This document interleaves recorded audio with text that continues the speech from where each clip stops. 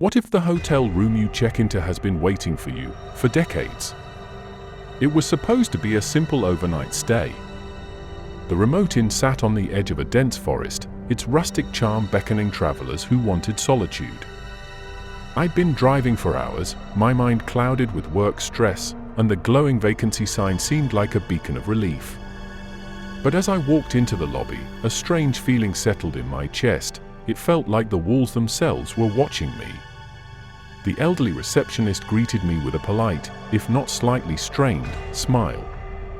Her name tag read Margaret. "Just one night?" she asked, her voice tinged with hesitation. "Yes," I replied, eager to collapse into a bed and forget my troubles for a few hours. She slid a key across the counter. It was old-fashioned, heavy, with a number 307 engraved on a brass tag. Margaret's hand lingered on the key for a moment before she released it. "Enjoy your stay," she said, her tone almost regretful.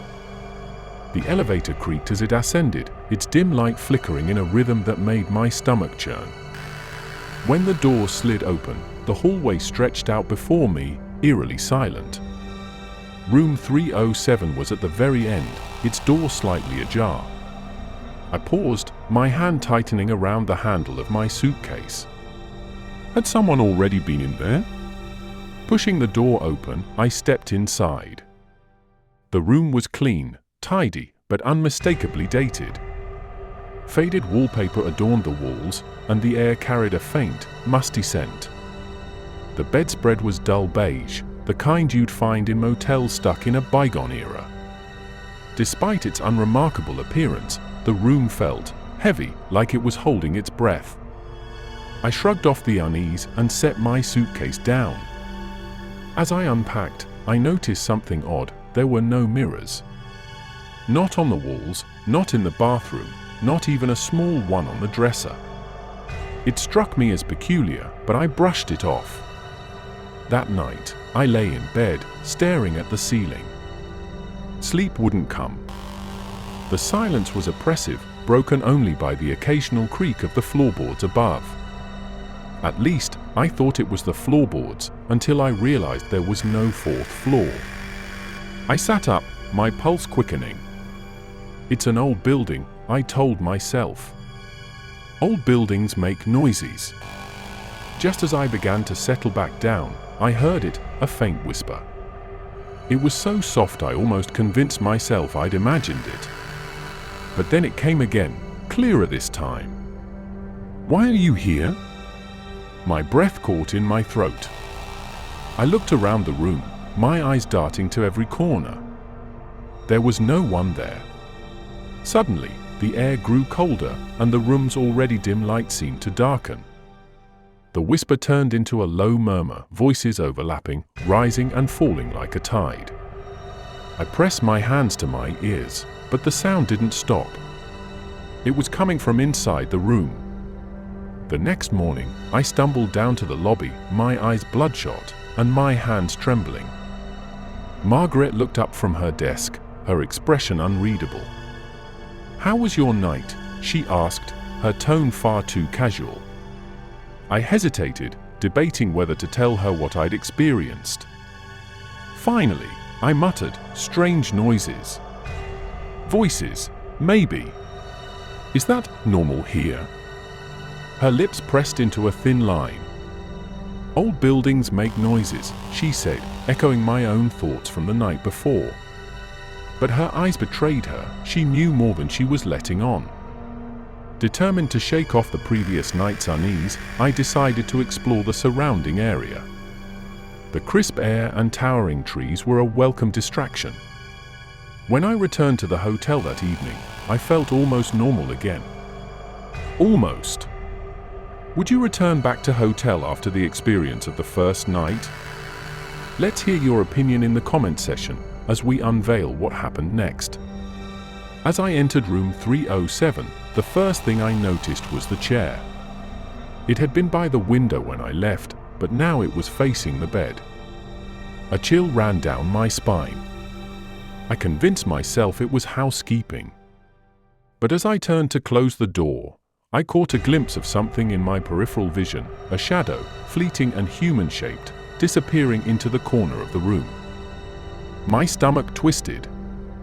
That night, the visions began.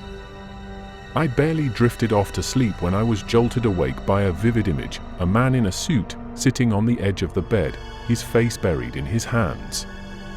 His shoulders shook with silent sobs. I blinked, and he was gone. But the impression of his presence lingered, the indentation of his weight still visible on the mattress. The next vision came hours later. A woman with her hair disheveled, her eyes wild with fear, stood by the door.